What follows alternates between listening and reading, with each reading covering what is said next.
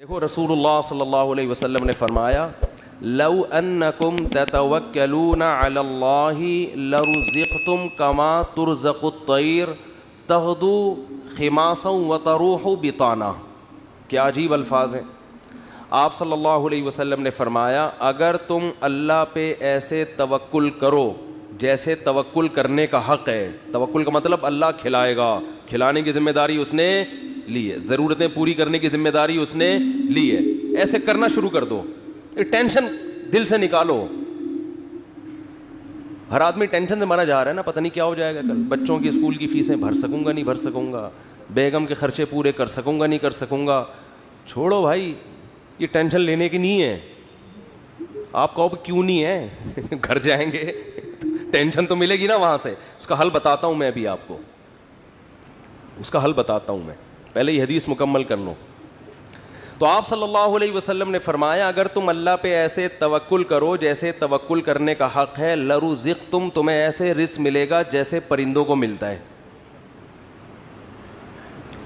فرمایا تغدو خماسن, جب پرندہ صبح گھر سے نکلتا ہے پیٹ اس کا خالی. اسے نہیں پتا آج میں نے ٹماٹر بیچنے ہیں, آج میں نے رکشہ چلانا ہے, کسی ملٹی نیشنل کمپنی میں نے میرا انٹرویو ہے, کیا کچھ بھی نہیں. صبح اس کو یہ بھی نہیں پتا ہوتا کس سمت میں جانا ہے میں نے, بس نکلتا ہے اللہ کا نام لے کے.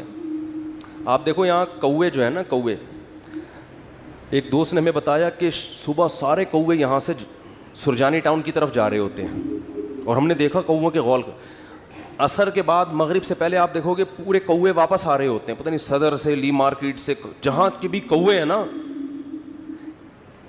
میں نے تو پہلے سمجھا تھا کہ سرجانی ٹاؤن میں کوئی ویکینسی نکلی ہوئی ہے کووں کے لیے, حقیقت ہے سارے یہاں سے ٹریولنگ کر کے جا رہے ہوتے ہیں. وہ ان کو کہیں وہاں شاید زیادہ کوئی مردار وردار پڑے ہوئے ہوتے ہیں, کچھ کچرا مچرا اور یہ سب چیزیں نا, تو کووں کو مخبری ہو گئی, کووں کو مخبری ہو گئی بھائی لی مارکیٹ میں مال ابھی نہیں ختم, شارٹ چل رہا ہے, ابھی کہاں مال ہے. صبح خالی پیٹ جاتے ہیں اور شام کو چھیچڑوں سے پیٹ ان کے بھرے ہوئے ہوتے ہیں. تو رسول اللہ صلی اللہ علیہ وسلم نے فرمایا تغدو خماسا وتروح بطانا, صبح پرندہ نکلتا ہے خالی پیٹ, شام کو آتا ہے پیٹ اس کا بھرا ہوا ہوتا ہے. آپ کہہ سکتے ہیں کہ صرف پیٹ ہی ہماری بنیادی ضرورت, بول لو نا بھائی, نہیں ہے, پیٹ ہی تھوڑی ہے. یہ ایک مثال ہے, پرندے کی ضرورت پیٹ, اور جب پرندے کی شادی کا ٹائم آتا ہے تو اس کی ضرورت گھر بھی ہے یا نہیں؟ کیا خیال ہے بھائی؟ جب پرندوں کی مادہ انڈے بچے دینے, کبوتر کو دیکھ لو نا, یہ تو جوڑے بنا کے رہتے ہیں کبوتر, انڈے بچے کا ٹائم آتا ہے تو کبھی دیکھا کبوتر ٹینشن میں کہ یار بحریہ ٹاؤن تو ہاتھ سے نکل گیا ہے بھائی, بحریہ ٹاؤن کے پلاٹ تو نکل گیا ہاتھ سے, اور سرجانی بھی گیا. ایک صاحب مجھے کہنے لگے میں 15 سال پہلے کسی اسٹیٹ ایجنٹ نے مجھے کہا تھا کہ 6 پلاٹ سرجانی میں لے کے ڈال دو زندگی بن جائے گی. مجھے کہنے لگا یار اتنا افسوس ہو رہا ہے, میں نے اس کی بات پہ عمل نہیں کیا. تو میں نے کہا 10-15 سال تو زندہ رہے گا, ابھی تو نے ویسی قبر میں جانا ہے, عمل کر لیتا تو تجھے اسٹیٹ ایجنٹ کہہ رہا تھا 15 سال کے بعد تیری زندگی بن جائے گی, میں تجھے کہہ رہا ہوں 15 سال کے بعد تو مرے گا, بن کے بھی تو قبر میں جائے گا. 15 سال کے بعد جو ہے نا, تو وہ اسٹیٹ ایجنٹ کے 15 سال پرانی پیش گوئی پہ تو افسوس ہو رہا ہے, میں جو سچی مچی کی پیش گوئی کر رہا ہوں کہ تو مرے گا 15 سال میں, تیری ہڈیوں میں ابھی اتنا گودا نہیں ہے زندہ رہنے والا, اس پہ ٹینشن نہیں ہو رہی. اس کا مطلب بھول چکے ہیں موت کو. او بھائی 15 سال پہلے تو سرجانی میں 6 پلاٹ لیتا, آج عیش کرتا, تو وہ 15 سال کے بعد عیش کے قابل نہ رہتا. تو سوچ لے جو 15 سال بعد تو جو اینڈ سرجانی میں پلاٹ لے کے ہونا تھا وہ پلاٹ لیے بغیر بھی وہی اینڈ ہو رہے ہیں. تو ٹینشن کس بات کی بھائی؟ اور ٹینشن لے گا تو 15 سال کے بجائے 5 سال میں وہ انجام ہو جائے گا تیرا, جو 15 سال بعد ہونا تھا. تو میں یہ کر رہا تھا کہ پرندے کو جو رزق ملتا ہے صرف پیٹ نہیں بھرتا اس کا. جب پرندے کی شادی کا ٹائم آتا ہے, وہ بالغ ہوتا ہے, تو پیر بنتا ہے کبوتر کبوتری کا, چڑا چڑیے کا بنتا ہے نا جوڑا. نہ اس نے کہیں سے ڈپلوما حاصل کیا گھر بنانے کا ہے بھائی, نہ NID یونیورسٹی میں وہ پڑھا ہے, کوئی انجینئرنگ نہیں, اس کو ہے کوئی انجینئرنگ؟ بولو بھائی. جس قسم کا گھر اس کو چاہیے فطرت اسے اس طرح کا گھر بنانا سکھا دیتی. کھجور کے درختوں میں سوراخ کر کے رہتے ہیں, اور آپ دیکھو یہ پرندے کیسے, یہ نر مادہ مل کے کیسے تنکے تلاش کر رہے ہوتے ہیں اور کیسے ان کو بہترین انداز سے پرو رہے ہوتے ہیں. ایسے نہیں کہ کوئی بھی کچرا اٹھا کے, ہم جب مرغیوں کے ڈڑبے بناتے ہیں نا تو کچھ بھی اٹھا کے ڈال دو اس کے اندر. پرندہ ایسا نہیں کرتا, بڑی تمیز سے, بڑے خوبصورت انداز سے وہ گھونسلہ بناتا ہے, خوبصورت انداز سے, ایسا کہ وہ سردی گرمی سے بھی محفوظ رہے, دشمنوں کے شر سے بھی محفوظ رہے. بہت خوبصورت انداز سے وہ گھونسلے بناتے ہیں. تو آپ بتاؤ, انسان جو اشرف المخلوقات ہے, جس کے لیے اس کائنات کو بنایا گیا, اللہ اس کی گھر کی ضرورت پوری نہیں کرے گا؟ ہے بھائی. اصل میں آپ نے جس گھر کو ضروری سمجھا ہے وہ اللہ کی نظر میں وہ عیاشی ہے, وہ ضرورت نہیں ہے. وہ آپ کی بہت اوپر کا سوچ رہے ہیں آپ. لوگ کرائے کے گھروں پہ افسوس کرتے ہیں نا, اپنا گھر نہیں بنا سکے. بھائی گھر کی ڈیفینیشن یہ ہے کہ جیسے پرندہ جو گھر بناتے ہیں قیامت تک کے لیے نہیں بناتا, اسے فی الحال اپنی فیملی کو پالنے کے لیے ایک عدد ایسے گھر کی ضرورت ہوتی ہے جہاں بلی سے حفاظت ہو, جہاں سردی اور گرمی سے حفاظت ہو. اللہ کہتے ہیں تیری یہ بنیادی ضرورت ہے, چونکہ تو نسل بڑھا رہا ہے فطرت کی تکمیل کے لیے, تو اس گھر کی ضرورت پوری کرنا یہ کس کے ذمے ہے؟ یہ فطرت کے ذمے, جس کو جو خدا ہے, اصل میں خدا کے ذمے ہے. پرندہ نسل بڑھاتا ہے اس کائنات کی رنگینیوں کو برقرار رکھنے کے لیے, اپنے لیے نہیں. تو اب آپ بتاؤ, جب آپ کی نسل پیدا ہوگی جو مقصود کائنات ہو, تو گھر کی بنیادی ضرورت خدا نے اپنے ذمے لی ہے کہ نہیں لی ہے؟ وہ پرندوں کی ضرورتیں پوری کر رہا ہے اور انسان کو ٹینشن میں ڈال دے. تو یہ آپ کی بنائی ہوئی ٹینشن ہے, یہ خدا کی دی ہوئی ٹینشن نہیں ہے, یہ اللہ کی طرف سے عطا کردہ ٹینشن نہیں ہے. یہ آپ کی ٹینشن ہے جو آپ نے اپنے اوپر مسلط کر لی. پرندہ جو گھر بناتا ہے وہ بھی کرائے کا گھر ہوتا ہے, اس کا ذاتی نہیں. کرائے کا مطلب نکلنا ہے اس نے یہاں سے, ہمیشہ کے لیے تھوڑی ایک ہی جگہ گھونسلہ. پھر جب اس کے انڈوں سے بچے نکلتے ہیں, ایک تو 12 گھنٹے کی ڈیوٹی ہوتی ہے کبوتر اور کبوتری کی. 12 گھنٹے کبوتر, یہ شکر کرو اللہ نے مردوں میں ایسا نظام نہیں رکھا, یہ اللہ کا بڑا فضل ہو گیا. ہمارے یہاں خواتین ہی پالتی ہیں, مرد کا کام ہے شیلٹر دینا, تحفظ دینا, خرچہ اٹھانا. 12 گھنٹے کبوتر بیٹھے گا اور 12 گھنٹے کبوتری. اب کمانے کا ٹائم کم ہو گیا, کیا خیال ہے؟ پہلے 12 گھنٹے دن میں کمانے میں لگ رہے تھے ان کے, اور رات میں آرام میں, ایسا ہی ہے نا. اب ذمہ داری بڑھ گئی, کمانے کے لیے ٹائم کم ہو گیا. ذمہ داری کیا بڑھ رہی ہے؟ اب اپنا بھی کمانا ہے اور اپنے بچوں کے لیے بھی دانا لے کر آنا ہے. ٹائم کم ہے کمانے کے لیے اور کھانے والے زیادہ. کہ نہ آج تک دیکھا کہ بھوک سے مرے ہوں پرندوں کے بچے؟ کہیں قحط پڑا ہوا ہو تو ایک الگ بات ہے. کبوتر کبوتری جاتے ہیں, باریاں سیٹ کرتے ہیں, 12 گھنٹے یہ 12 گھنٹے وہ, پھر جب چوزے نکل جاتے ہیں اس سے بچے نکل جاتے ہیں, وہ بھی کما کے خود بھی اپنا پیٹ بھی بھر رہا ہے اور اپنے بچوں کا پیٹ بھی بھر رہا ہوتا ہے. وہ وجہ کیا ہے؟ پرندہ ٹینشن نہیں لیتا. اگر ٹینشن لینا شروع کر دیں نا کہ یہاں پلاٹ کیوں نہیں بنا, یہاں گھر کیوں نہیں بنا, تو پرندہ بچے پیدا کرنا ہی چھوڑ دے. جیسے کہ آج گوروں نے چھوڑ دی ہیں, انگریزوں نے چھوڑ دیا نا. کتے پال رہے ہیں, وہ کتے کیوں پالتے ہیں؟ وہ بہت سے انگریز ہم لوگوں پر اعتراض کرتے ہیں کہ کتا اتنا وفادار جانور, تم اس سے دل کیوں نہیں بہلاتے؟ ہم کہتے ہیں انسان سے زیادہ وفادار نہیں ہے. کتے وہ پالے جس کے پاس پالنے کے لیے بچے نہ ہوں, انسان نہ ہوں, وہ پالے. اور کتوں سے صرف دل ہی بہلا سکتے ہو. کتا کما کے نہیں دے گا آپ کو, اولاد آپ کو کما کے دے گی. اولاد اپنے اختیار سے محبت کرے گی. کتا جو آپ سے محبت کر رہا ہے اپنے اختیار سے نہیں, قدرت نے, فطرت نے اس میں وفا اور محبت کے سافٹ ویئر انسٹال کیے ہوئے ہیں. وہ اپنی مرضی سے یہ کام نہیں کر رہا, اس لیے آپ کو خوشی بھی نہیں ہوتی. اولاد تو اپنے اختیار سے آپ کی خدمت کرتی ہے.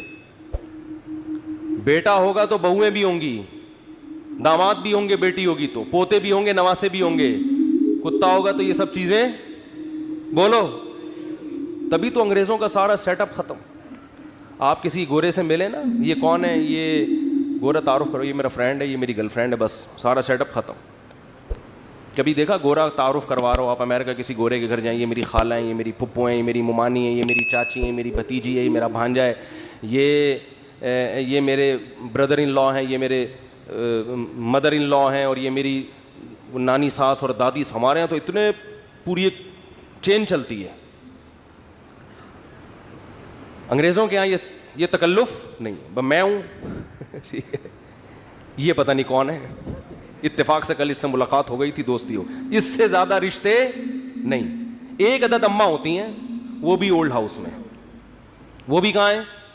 اولڈ ہاؤس میں. تو وہ کتے اس لیے پالتے ہیں, اس لیے نہیں پالتے کہ وہ کتوں کی وفا سے ان کو بڑا اچھا لگتا ہے, اتنے وفادار ہیں. کتوں سے ہی سبق سیکھ لینا چاہیے انگریزوں کو کہ کتے تمہارے ساتھ وفا کر رہے ہیں, تم اپنے باپ کے ساتھ وفا نہیں کر رہے. سمجھ رہے ہو نا, یہ تمہارے ساتھ وفا کر رہا ہے اور تم اپنے باپ کو اولڈ ہاؤس میں جمع کرا رہے ہو. کتا نہیں جمع کرائے گا بڑھاپے میں تمہیں, وہ کہے گا جیسا بھی ہے برداشت کروں گا. غیر مسلموں کی جو خوبیاں ہیں نا, وہ اول نظر میں, پہلی نظر میں آپ کو بعدین نظر میں بہت زبردست لگیں گی. جب آپ ان کی گہرائی میں جاؤ گے تو آپ کو لگے گا ان تلوں میں تیل نہیں ہے. یہ صرف اوپر اوپر کے اخلاق ہیں. میں اکثر ایک بات کہتا ہوں نا, کہ لوگ اکثر ہمیں کہہ رہے ہوتے ہیں کہ انگریزوں کے اخلاق بہت اچھے, تھینک یو, بات شروع کرنے سے پہلے 3 دفعہ تھینک یو. جیسے ہمارے کوئی وظیفہ جب بتایا جاتا ہے نا, تو شروع میں اول آخر 11 دفعہ درود شریف پڑھیں. تو انگریز بھی جب کوئی بات کرے گا تھینک یو سے شروع کر کے تھینک یو پہ ختم. اور ہمارے ہاں گالیوں سے شروع کر کے درمیان میں بھی گالی اور آخر میں بھی گالی. اتنا وہ تھینک یو نہیں کہتا جتنی ہمارے ہاں گالیاں ہیں. لوگ مجھے کہتے ہیں مفتی صاحب آپ پھر بھی کہتے ہو مسلمان اچھے ہیں, اتنی گالیاں دے رہے ہیں صبح شام, پھر بھی اچھے ہیں. اور انگریز ہر بات میں مسکراتا ہے تھینک یو, پھر بھی. میں کہتا ہوں بھائی وہ تھینک یو پہ پیسے خرچ نہیں ہو رہے. ہم جب گھر میں جاتے ہیں تو ہم سے جو گھر والوں کے بیگموں کے مطالبے ہوتے ہیں نا, گورا یہ مطالبے افورڈ بولو نہیں کر سکتا. ہم گھر والوں کو گھر مہیا کرنا کس کی ذمہ داری ہے؟ یہ جو بحریہ ٹاؤن کے پلاٹ کے لیے مچل رہا ہوتا ہے تو بیگم کی وجہ سے ٹینشن میں ہوتا ہے. بیوی نہ ہو تو روڈ پہ بھی زندگی گزر جاتی ہے. گھر کروڑوں روپے کا گھر لے کے دے گا, بچوں کے لیے پراپرٹی خرید رہا ہوگا, میں مر گیا تو بچوں کا کیا ہوگا. انگریز کرتا ہی ہے کہ میں مر گیا تو بچوں کا کیا ہوگا. کہ گورنمنٹ پالے گی, میں تھوڑی پالوں گا. ہمیں پتا ہے کہ بھائی ہم نے انتظام کر کے جانا ہے ان کے لیے. پھر محلے کے خراب لڑکوں کے ساتھ تو نہیں بیٹھ رہا, صبح شام یہ ٹینشن. دعائیں کرا رہے ہوتے ہیں مولوی صاحب کے پاس, مولوی صاحب دعا کرو میرا بچہ آج کل چرسیوں میں اٹھ رہا بیٹھ رہا ہے, دعا کرو کچھ انسان کا بچہ بن جائے. گورے کو یہ ٹینشن ہوتی ہے. کبھی دیکھا گورا پادری کے پاس گیا ہو کہ میرا بچہ جو ہے وہ چرسیوں میں آج کل بیٹھ رہا ہے. پادری کہے میں تو خود پیتا ہوں. پادری کہے گا میں تو خود پیتا ہوں, پی لیا تو کیا ہو گیا, کیا کر لے گا. وہ تو ٹینشن فری لوگ ہیں بھائی, ریلیشن ہی نہیں ہے ان کا. پھر بیگم کے بھائی گھر میں آ رہے ہیں تو اس کو پوچھا کیوں نہیں. ایک صاحب نے بتایا میرا اتنا پھڈا ہو گیا گھر میں, ایک دن میرا سالہ آ گیا, میں کہیں دماغ میرا حاضر نہیں تھا, میں نے اس کو چائے کا پوچھنا بھول گیا. میں کہہ رہا ہے جو میری بیگم نے ہنگامہ کیا ہے کہ میرے بھائیوں کو پوچھتے نہیں ہو اتنی. اور یہ عورت کے لیے ٹینشنیں اٹھا رہا ہے مرد. کس کے لیے؟ عورت کے لیے. گرل فرینڈ نہیں رکھی ہوئی اس نے, پوری زندگی کی ٹینشن. اس کے باپ کو بھی باپ بنا لیا, اس کی ماں کو کیا بنا لیا, اپنے ابا بھی تھے. اپنی انگریز اپنے ابا اماں کو اولڈ ہاؤس میں جمع کر رہا ہے. ہمارے سچی مچی کے ابا اماں پہلے سے تھے, ہم نے جناب ایک مدر ان لا اور فادر ان لا کو بھی لے لیا ہم نے. وہ کہہ رہے ہیں ہم ایک باپ سے تنگ ہیں, تم 2 باپ پال رہے ہو یار. اور میرے فلسفے پر عمل کرے تو 5 باپ, اگر میرے فلسفے پر آ جائے 5 عدد مائیں اور 5 عدد باپ, اور ہول سیل کے حساب سے سالے. سالوں کی تو کوئی انتہا ہی نہیں ہے نا. گرل فرینڈ کا بھائی آپ کے معاملات میں دخل اندازی بولو نہیں کرے گا کہ تم نے قائد اعظم کے مزار کا ٹائم لیا ہوا تھا, پہنچے کیوں نہیں. کبھی ہوتا گرل فرینڈ کا بھائی آپ کو فون کرے, یار میری سسٹر سے تمہاری دوستی اور تم ٹائم پر اس کو دے نہیں رہے. اس لیے گورا گرل فرینڈ رکھتا ہے. مسلمان نکاح کر کے ٹینشن لیتا ہے. جب آپ نے نکاح کر کے کسی عورت کو گھر لے آئے, ٹائم پہ گھر نہیں آ رہے, سالے کا فون آئے. سبھی تو اس کو سالہ کہتے ہیں, کباب میں ہڈی. سالے کا فون آئے گا تو آدمی جل کے کیا کہتا ہے, کہتا ہے سالے کا فون آ گیا, کہتا ہے نا, تو سالے کا فون آ گیا. میرے سامنے جھگڑے آتے ہیں, لوگ لڑ رہے ہوتے ہیں اپنے بہنوئی سے. ابے تو نے ہم نے تجھے اپنی بہن اس لیے دی تھی کہ تو ٹائم نہ دے. تو سارا دن گٹر کے ڈھکن پہ بیٹھا رہتا ہے باہر, 2 بجے اٹھ کے آتا ہے, اس لیے دی تھی. لوگ کہتے ہیں نا, یہ ٹینشن بھی کون اٹھا رہا ہے؟ مسلمان مرد ہے بھائی. کون اٹھاتا ہے یہ؟ پھر وہ اپنے بوڑھے باپ کو بھی پال رہا ہے, خرچہ کر رہا ہے, بوڑھی ماں کو بھی پال رہا ہے, بیوی کی بھی سن رہا ہے, بچوں کی بھی سن رہا ہے. اس کے بعد میرے بھائی تھینک یو اگر نہیں بھی کہتا تو کوئی اتنا بڑا مسئلہ بولو نہیں. لاکھوں روپے گھر پہ خرچ کر رہا ہوتا ہے وہ, تو گالیاں تو بنتی ہیں نا, پھر دینی نہیں چاہیے. وہ معین اختر صاحب کا پروگرام تھا نا, کئی دفعہ بیان کر چکا ہوں, وہ انور مقصود کے ساتھ. تو انور مقصود نے معین اختر سے پوچھا کہ آپ کے ماموں کیا کرتے ہیں. پہلے معین اختر سے پوچھا کہ کیسا چل رہا ہے. انہوں نے کہا کہ اللہ کا شکر ہے, نلکوں میں پانی آ رہا ہے, لوڈ شیڈنگ بھی نہیں ہے, سب سیٹ چل رہا ہے. اس نے کہا پہلے پاکستانی ہیں جو اتنے اچھے حالات بتا رہے ہیں, کہاں رہتے ہیں؟ اس نے کہا دبئی میں رہتا ہوں میں. اس نے کہا دبئی میں رہتا ہوں. پھر اس نے پوچھا کہ آپ کے ماموں کیا کرتے ہیں. اس نے کہا گالیاں دیتے ہیں. ماموں کا کام صبح سے شام کیا ہے؟ حالات ایسے ہیں نا, حالات ایسے ہیں کہ ماموں کا کام صبح سے شام سوائے گالیاں دینے کے. انگریز کچھ دن یہاں رہ کے جائے, جیسے معین اختر کے ماموں گالیاں دیتے تھے نا, انگریز انگلش میں ایسی گالیاں دے گا.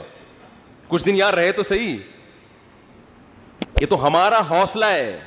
تو اس نے کہا گالیاں کیوں دیتے تھے؟ اس نے کہا مالک مکان پانی کے پیسے لینے آ گیا, تو ماموں اس کو لے گیا, بولے تو ایک لوٹا بھر کے دکھا. پانی ہے نہیں, پانی کے پیسے لینے آ رہا, تو ایک لوٹا بھر کے دکھا. کہہ رہے بیٹھے بیٹھے لائٹ چلی گئی, تو ماموں نے بلب کے رشتہ داروں کو گالیاں دینا شروع کر دی. بلب کے رشتہ داروں کو.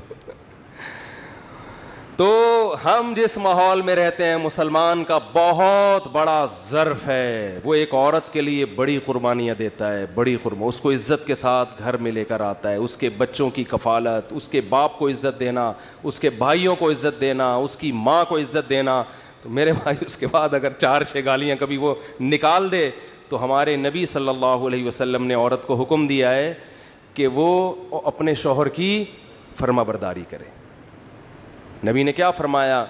یکفرن العشیر, شوہر کی نافرمانی کرتی ہیں. وہ نافرمانی کیا فرمایا؟ ساری زندگی احسانات کرتا رہے گا, اگر کبھی اونچ نیچ ہو جائے تو عورت جواب میں کہتی ہے ما رأیت منک خیرا قط, اللہ کی قسم میں نے تجھ سے کبھی کوئی خیر نہیں دی, میں تو آپ سے شادی کر کے پچھتا رہی ہوں. اور پچھتاتی بھی 3 بچے پیدا ہونے کے بعد ہیں کہ جب آدمی کے پاس اس سوال کا کوئی جواب بنے ہی نہیں کہ اب پچھتا رہی ہے تو بھائی ریورس بچے کہاں لے کے جاؤں گا میں. وہ صبر کے علاوہ اس کے پاس کوئی آپشن نہیں ہوتا. تو ایسے میں اگر انگریز یہ ٹینشنیں اٹھائے, بوڑھے باپ کی بھی, بوڑھی ماں کی بھی, اور بیوی کی بھی, اور بچوں کی بھی, اور سالوں کی بھی, اور ساس کی بھی, اور سسر کی بھی, پھر دیکھتے ہیں تھینک یو سے بات کیسے شروع کرتے ہیں اور تھینک یو پہ کیسے.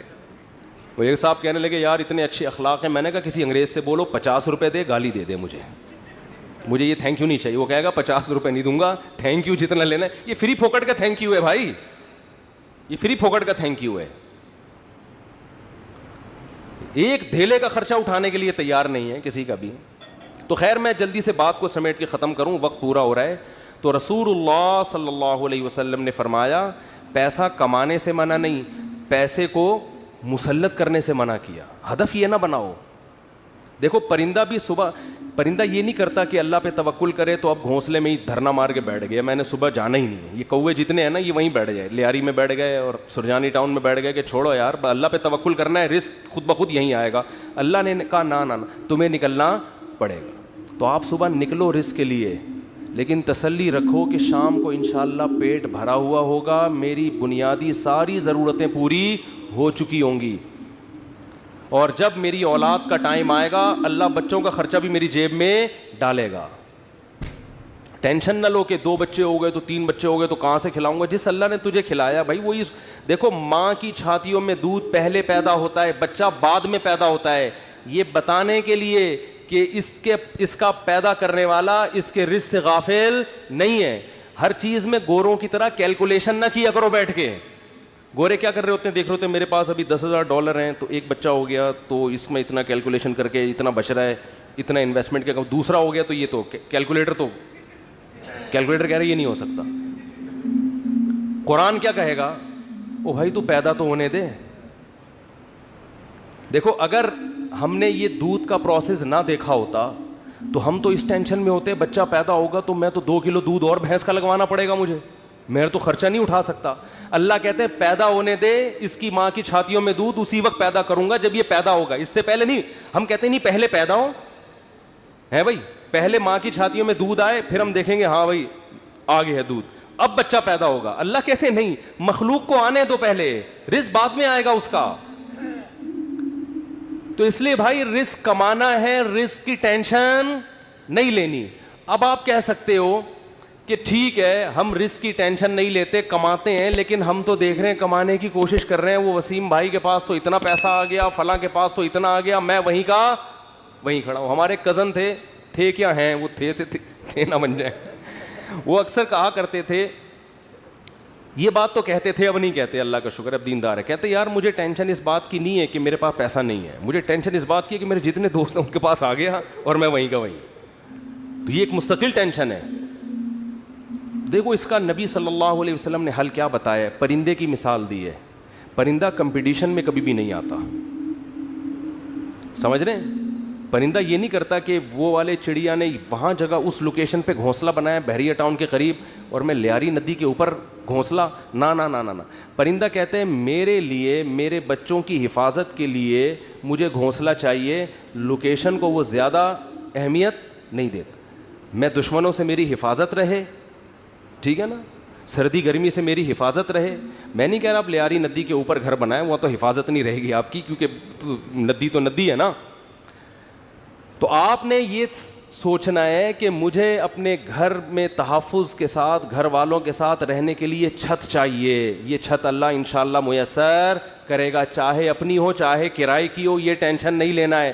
یہ ٹینشن کہ میری اپنی چھت ہو کرائے کی نہ ہو, یہ آپ کی بنائی ہوئی ٹینشن ہے. اللہ نے اس رزق کا وعدہ آپ سے نہیں کیا ہے, یہ غریبی ہے, یہ غریبی ہے. بنیادی ضرورت آپ کی سالن روٹی ہوتی ہے نا. ارے بھائی آپ گئے ہوٹل میں, نہاری لے آؤ, 2 روٹی لے آیا, نہاری لے آیا, ایک گریبی منگوا لو گے, 2 منگوا لو گے, اس کے بعد کہے گا بھائی یہ گریبی ہے, اصل جو پیسے تھے نا وہ پلیٹ کے تھے. اب آپ نے گریبی کو مقصود بنا لیا, آپ جاتے ہی گریبی پہلے منگوا رہے ہو کہ یار 2 نہاری کی گریبیاں لے آ. اس کو غصہ آئے گا بھائی گریبی تو ضمناً ہوتی ہے. آج جو گریبی تھی نا, ذاتی گھر گریبی ہے, یہ بنیادی ضرورت نہیں ہے. گاڑی گریبی ہے, بنیادی ضرورت W11 میں بہت اچھی طرح سے پوری ہوتی ہے. ہم نے تو بھائی 20 سال W11 میں سفر کیا ہے اور اللہ کی قسم اب ترستے ہیں کہ W11 میں بیٹھے ہیں, لیکن اب شہرت اتنی ہو گئی کہ وہ بیٹھ نہیں سکتے. اب وہ W11 والا بھی اٹھ کے آ جائے گا کہ میں نہیں چلا رہا, میں گپ شپ کر رہا ہوں آپ سے. ورنہ عامر بھائی W11 کا مزہ آپ نے لیا ہوگا نا. W11 کراچی کی بہترین سوغات ہے بھی. G7 4L میں اللہ دشمنوں کو بھی نہ بٹھائے. جس طرح وہ چلاتا ہے نا اتنی بڑی بس کو, ہم تو جب بھی بیٹھے ہیں 2-2 فٹ اچھل کے. ہمارے ایک جاننے والے ریٹائر آفیسر تھے, لیفٹیننٹ تھے, وہ بیچارے کراچی کی بس میں نا کہیں پچھلی سیٹ پہ بیٹھ گئے, اسپیڈ بریکر پہ جب اچھل کے دھڑام سے نیچے گرے, ان کی ریڑھ کی ہڈی میں مسئلہ ہو گیا, اسی میں ان کی موت واقع ہوئی ہے. وہ نیوی کا آفیسر بیچارہ جنگوں میں شہید نہیں ہوا جنگوں میں شہادت نہیں ملی ہے, کراچی کی بس نے اٹھا کے پٹکھائے اور انا للہ. تو رسول اللہ صلی اللہ علیہ وسلم نے فرمایا جس نے دنیا کو ہدف نہیں بنایا, ضرورت سمجھا کہ بھئی میری بنیادی ضرورت 2 وقت کی روٹی ہے, میری بنیادی ضرورت کسی اچھے علاقے, اچھے سے مراد جہاں چرسی ہیروئن چینا رہتے ہوں, ذرا پڑھے لکھے لوگ ہوں, ایسی جگہ پہ مجھے گھر مل جائے جہاں چھت ہو, جہاں بنیادی ضرورتیں پوری ہوں. بس یہ بیسک ضرورت, چاہے وہ اپنا ہو چاہے وہ کرائے کا ہو. اور نبی نے فرمایا کہ جس شخص کو 2 وقت کی روٹی مل گئی, پیٹ بھر کے سر چھپانے کی جگہ مل گئی, اور جسم کسی بڑی بیماری سے محفوظ تھا اس کا. اور ویسے بتاؤں, جب یہ لائف اسٹائل ہوگا نا تو جسم بڑی بیماری سے محفوظ ہی ہوتا ہے عام طور پہ. جسم کسی بڑی بیماری سے محفوظ تھا تو آپ صلی اللہ علیہ وسلم نے فرمایا یہ ایسا ہے گویا پوری دنیا کی دولت سمیٹ کے اللہ نے اس کے قدموں میں رکھ دی ہو. اب اگر یہ ٹینشن لے رہا ہے نا بحریہ ٹاؤن کی اور ڈیفنس کی اور DHA کی وہ اسکیم میں نے تو یہ گریوی کی ٹینشن ہے, یہ دل میں دنیا کی محبت کی علامت ہے. ایسے شخص کو رسول اللہ صلی اللہ علیہ وسلم نے وعید سنائی کہ یہ مالدار بن تو سکتا ہے مگر اس کے سامنے فقر کا پھندا ایسے لٹکا رہے گا جیسے ایک زندہ آدمی کے سامنے پھانسی کا پھندا, موت کا پھندا لٹک رہا ہوتا ہے. جو اس کی کیفیت ہوگی یہ کیفیت اس کی ہوگی. تو بھائی پیسہ کماؤ, پیسے سے دل نہ لگاؤ. اور دل سے پیسہ نکالنے کا طریقہ کیا ہے؟ خرچ کرو. ہمارے حضرت فرمایا کرتے تھے کہ پہلے زمانے میں بزرگان دین کڑک کڑک نوٹ جلوایا کرتے تھے, 5-5 ہزار کے نا, کہتے جلاؤ اس کو.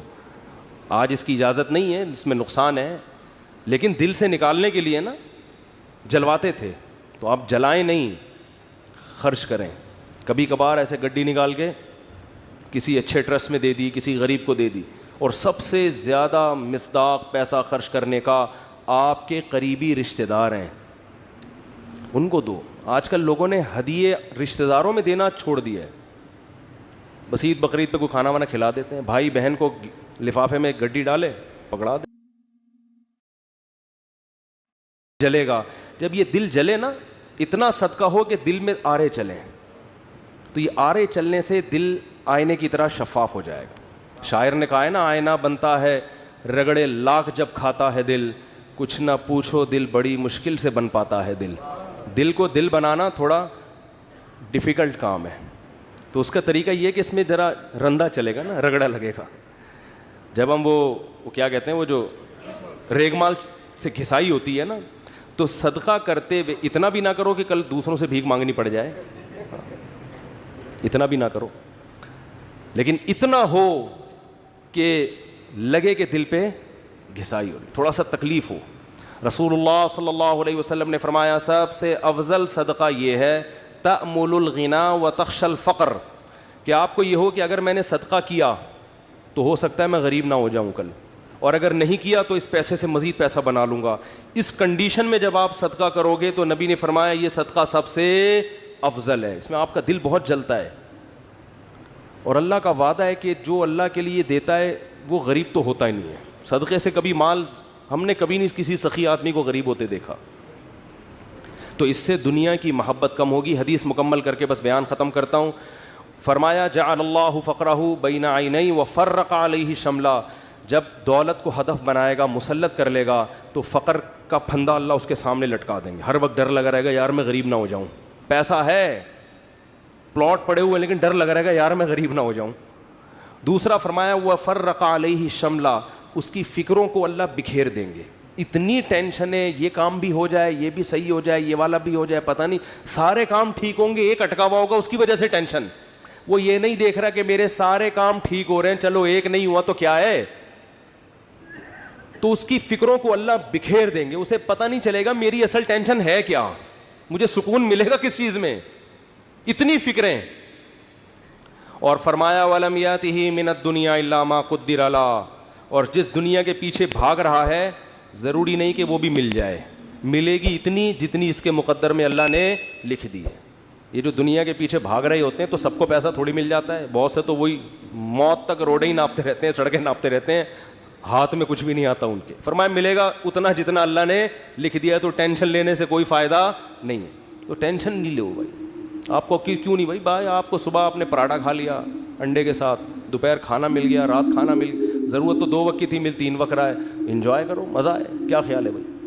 ہاں بیگم ٹینشن دیتی ہے, یہ بڑا مسئلہ ہے نا, شادی شدہ آدمی تو اس کو بولو بھائی جو نبی صلی اللہ علیہ وسلم کی سنت ہمارے سامنے، آپ صلی اللہ علیہ وسلم کی امہات نے، ہماری امہات نے، آپ کی ازواج نے جب نبی سے یہ فرمایا کہ ہم اس غربت میں گزارا نہیں کر سکتی، تو آپ صلی اللہ علیہ وسلم فرمایا بھائی میں تو اسی طرح مسکین ہوں، تو تعالینا امتعکن و اسرحکن سراحا جمیلا، کہ آؤ میں تمہیں نکاح سے فارغ کر دیتا ہوں، پھر جاؤ جس سے مالدار سے نکاح کر کے رہنے رہو۔ تو یہاں بھی ٹینشن لینے کا بولو نہیں، اپنی طرف سے کوتاہی نہیں کرو۔ یہ نہیں کہ ادھر پیسے لاکر میں چھپا کے رکھے ہوئے ہیں بینکوں میں اور بیگم کو یہ بتا رہے جیسے میرے پاس کھانے کو روٹی نہیں ہے، یہ ناجائز ہے، یہ حرام ہے۔ اگر واقعی قدرت کی طرف سے آپ غریب ہو گئے تو بیگم کو 2 لفظوں میں بتا دیں، بیگم صاحبہ یہی میرے پاس آمدن ہے، اتنی میری تنخواہ ہے، اس میں اتنے ہی انڈے آ سکتے ہیں، اس سے زیادہ میں سٹی اسکول بیکن ہاؤس میں بچوں کو نہیں پڑھا سکتا، رہنے رہو ورنہ پتلی گلی سے نکلو۔ تو ٹینشن تو لینی نہیں ہے نا، خامخواہ کی ٹینشنیں کیوں مسلط کی ہوئی ہیں؟ لوگوں میں بدنام ہو جائیں گے، یہ بھی بڑا ایک مسئلہ ہوتا ہے، لوگ کہیں گے۔ دیکھو لوگوں کو خوش کرنے کے چکر میں رہو گے، یہ کبھی بھی گدھے والا قصہ سنا دوں اگر آپ اجازت سکتے ہیں، ٹائم ہو گیا ان کی وجہ سے، آج تھوڑا سا 5 منٹ۔ وہ ایک آدمی جو تھا، بڑی عمر کا آدمی، اپنے بیٹے کے ساتھ گدھے پہ بیٹھ کے سفر کر رہا ہے، لمبا سفر تھا، باپ گدھے پہ بیٹھ گیا، بچہ آگے آگے۔ تو لوگوں نے کہا دیکھو باپ ہونے کا ناجائز فائدہ اٹھا رہا ہے، خود گدھے پہ بیٹھا ہوا ہے، بچے کو، چھوٹے معصوم بچے کو پیدل کیا ہوا ہے اس نے، بے ادب بنا رہا ہے، اپنی اولاد کو پہ ترس نہیں کھا رہا، معصوم بچہ ہے، بھائی تو باپ ہے، ایجڈ، ٹھیک ہے، تیرا کمزور تو نہیں ہے نا، چھوٹے بچے کو تو نے ایسے معصوم بچے پہ ترس کھانے کے بجائے باپ ہونے کا ناجائز فائدہ۔ جب لوگوں نے تانے دیے، اس نے کہا چلو میں نیچے آ جاتا ہوں، بچے کو اوپر بٹھا دیتا ہوں۔ بچے کو جب اوپر بٹھایا تو لوگوں نے کہا ابھی سے بے ادب بنا رہا ہے بچے کو، تمیز نہیں سکھا رہا، بچے کو باپ بنایا ہوا ہے، خود کیا بنا ہوا ہے، بیٹا بنا ہوا ہے، تو یہ بچہ بڑا ہو کر اس کا گریبان پکڑے گا۔ تو اس نے کیا کیا، اس نے کہا چلو یار دونوں ہی بیٹھ جاتے ہیں، دونوں بیٹھ گئے۔ لوگوں نے کہا گدھا ایک ہے، بندے 2 بیٹھے ہوئے ہیں، گدھا ایک ہے، بندے 2 بیٹھے ہوئے ہیں۔ ترس نہیں آ رہا جانور کے، گدھے کے گدھا ہونے کا ناجائز فائدہ اٹھا رہے ہیں، وہ تو گدھا ہے، تم تو انسان ہو نا۔ یہی تانے ہوتے ہیں لوگوں کے۔ اس نے کہا چلو دونوں نیچے اتر جاتے ہیں، اب گدھا خالی ہے۔ تو لوگوں نے کہا گدھا وہ ہے، حرکتیں ان کی گدھوں جیسی ہیں،